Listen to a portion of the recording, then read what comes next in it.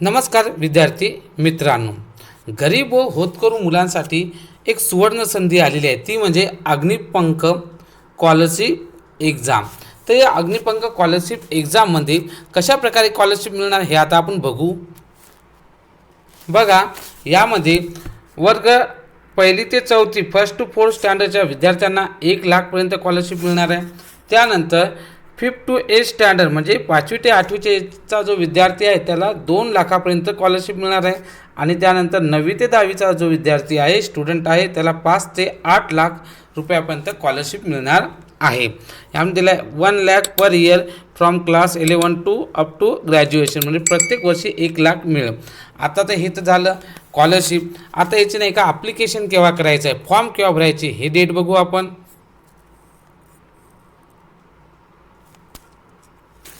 बघा, application start date म्हणजे नाही का फॉर्म भरण्याची डेट केव्हा आहे, 15 फेब्रुवारी 2026 पासून नाही का चालू झालेलं आहे.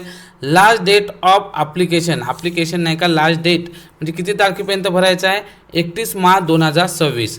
त्यानंतर लेट फी पिरियड, जर तुम्ही नाही का लेट फी जर नाही का म्हणजे उशिरा जर फॉर्म भरला तर याची तारीख आहे 1 एप्रिल 2026 ते 15 एप्रिल 2026. हे तर झालं. आता यानंतर आपण नाही का याचा बघू सिलेबस कशा प्रकारे राहील.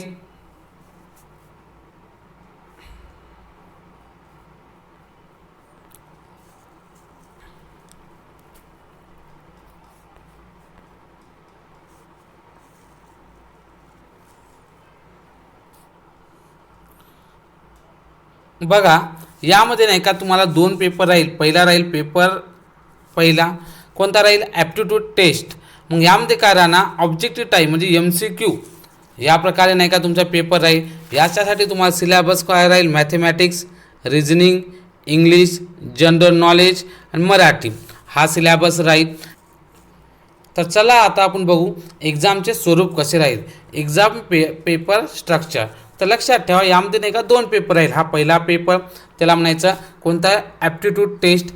ही कशी राहणार, शॉर्टिंग ऑफ कॅन्डिडेट म्हणजे काय करणार, हा पेपर घेईल आणि याच्यातून काही कॅन्डिडेट नाही का शॉर्ट करतील आणि ते नंतर पेपर 2ला बसतील. तर बघा पहिल्या पेपरचा सिलेबस काय राहणार ते आपण बघू.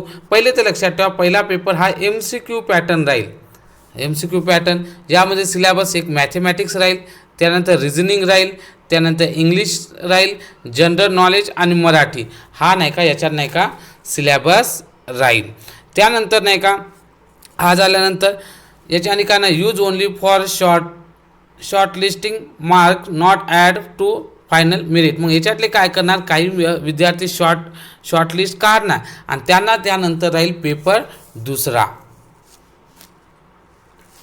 तर बघा आता पेपर दुसऱ्याचं काय राहणार, हा पेपर दुसरा याचा नाही का काय राहणार, ही फायनल सिलेक्शन ऑफ कॅन्डिडेट. त्या कॅन्डिडेटचं फायनल सिलेक्शन म्हणजे यावरून नाही का तो कॅन्डिडेट सिलेक्ट होणार. ही पण नाही का एक्झाम कशी राहणार, MCQ. यामध्ये पण सिलेबस मॅथमॅटिक्स राहणार, त्यानंतर नाही का अप्लाइड ॲप्टिट्यूड अँड रिझनिंग पण राहणार, याच्यामध्ये इंग्लिश राहणार, जनरल नॉलेज राहणार आणि त्यानंतर नाही का मराठी राहणार. अशा प्रकारे राहील. मग काय म्हणतात, test candidate clearly application skill and analytical ability, final selection based only on paper performance. तर यामध्ये नाही का हा जो दुसरा पेपर आहे, या दुसऱ्या पेपरवर नाही का तुमचं सिलेक्शन होणार आहे. आता बघू याची फीज कशी राहील.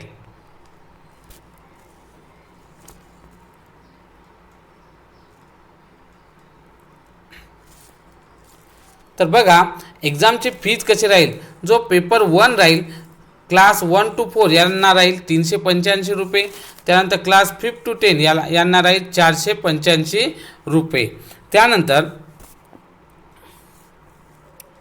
जो पेपर 2 आहे म्हणजे क्लास 1 to 10 याला किती राहणार, 185 रुपये. आणि लेट फी अमाऊंट, जर लेट फी झाली तर नाही का 100 रुपये राहील. अशा प्रकारे नाही का यांची नाही का फीज राहील. आता आपण बघू की हा जो फॉर्म आहे, हा फॉर्म कशा प्रकारे भरायचा.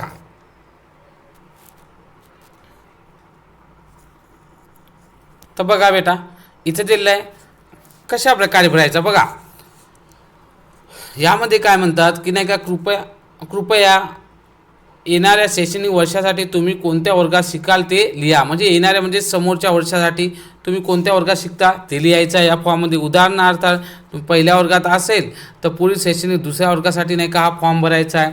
तसेच नाही का सध्या इयत्ता 10वीमध्ये असलेल्या विद्यार्थ्यांना हा फॉर्म भरू नये, कारण की 10वीत विद्यार्थी आहे त्यांच्यासाठी हा फॉर्म भरता येणार नाही.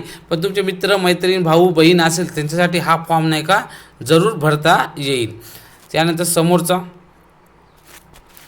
बघा, या फॉर्ममध्ये सर्वात पहिले काय एंटर फर्स्ट नेम, सुरुवातीला तुमचं नाव लिहायचं आहे. इथे हे पहा, सुरुवातीला तुमचं नाव लिहायचं आहे एंटर फर्स्ट नेम. नंतर एंटर मिडल नेम, इथे नाही का तुमच्या वडिलांचं नाव लिहायचं.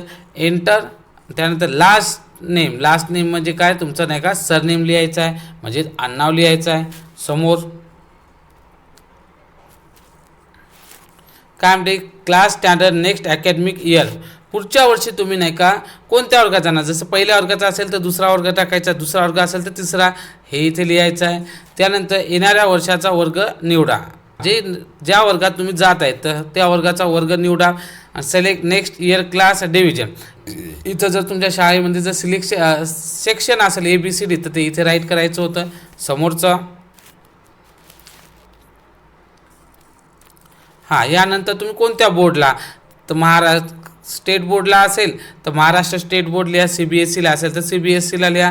अशा प्रकारे तुम्हाला बोर्ड निवडायचा आहे. त्यानंतर मीडियम ऑफ एज्युकेशन, तुम्ही कोणत्या, मराठी मीडियमवाल्याने मराठी करायचं, इंग्लिशवाल्याने इंग्लिश आणि सेमी इंग्लिशवाल्याने सेमी इंग्लिश. त्यानंतर इथे तुम्हाला तुमचा लिहायला लागेल आधार नंबर. समोरचं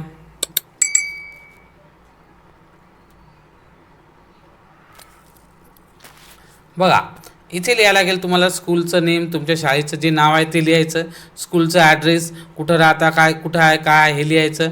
आणि त्यानंतर नाही का समोरचं राईट करायचं आहे तुम्हाला हां डिस्ट्रिक्ट, म्हणजे तुमचा जिल्हा कोणता आहे ते. त्यानंतर सिटी तालुका तुम्ही कुठं राहता हे राईट करायचं आहे. समोर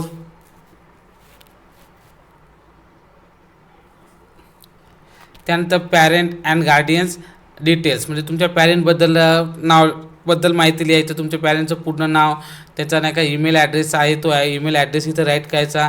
यानंतर समोर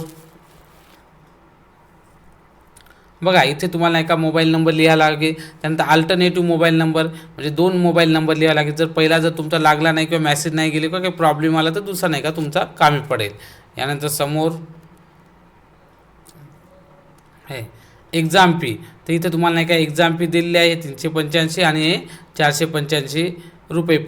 पहिली ते चौथीसाठी 385 आणि त्यानंतर नाही का 5वी ते 10वीसाठी किती आहे 485 रुपये. अशा प्रकारे तुम्हाला नाही का शेवटी हा फॉर्म नाही का सबमिट करायला लागेल. आणि समोरची जे पेमेंट जी ऑनलाईन प्रोसेस आहे ती प्रोसेस करायला लागेल. अशा प्रकारे तुमचा फॉर्म नाही का सबमिट होईल. समोरची प्रोसेस तुम्हाला करावं लागेल. पण यानंतर आता प्रश्न पडतो की एक्झाम डेट केव्हा राहणार. तर बघा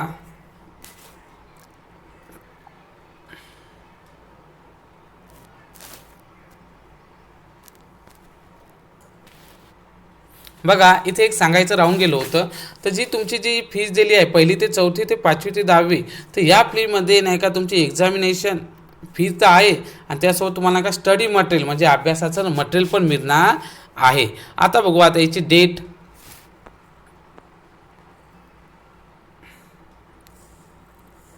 तर बघा आता आपण बघू आपली एक्झामची डेट. तर काय tentative phase wise examination time table, म्हणजे टेंटेटिव्ह म्हणजे या प्रकारचा राहील, थोडाफार कमी जास्त होऊ शकतो. जो फर्स्ट फेजचे आहे पेपर त्याचा हॉल तिकीट नाही का तुम्हाला डाउनलोड करण्यासाठी येणार आहे 15 डिसेंबर 2026. या दिवशी नाही का तुमचे नाही का हॉल तिकीट येणार आहे. त्यानंतर हे पहिल्या पेपरची जी डेट आहे एक्झामिनेशन डेट ही किती राहणार 24 जानेवारी 2027 हे झाली. आणि याचा रिझल्ट लागणार 15 मार्च 2027. म्हणजे सरळ आहे, जर पहिल्या वर्गाचा विद्यार्थी असेल तर तो दुसरा वर्ग टाकणार, दुसरा वर्ग पूर्ण झाला म्हणजे त्याचा अभ्यास चांगला झाला तर तेव्हा नाही का 2027ला त्याची एक्झाम होणार आहे. हा झाला पहिला फेज. त्यानंतर सेकंड फेजची ॲप्लिकेशन पिरियड. तर हा ॲप्लिकेशन पिरियड काय 15 मार्च 2027 आणि एक्झामिनेशन डेट याची किती राहणार 18 एप्रिल 2027. आणि याचा फायनल रिझल्ट केव्हा लागणार 1 मे 2027ला. समोर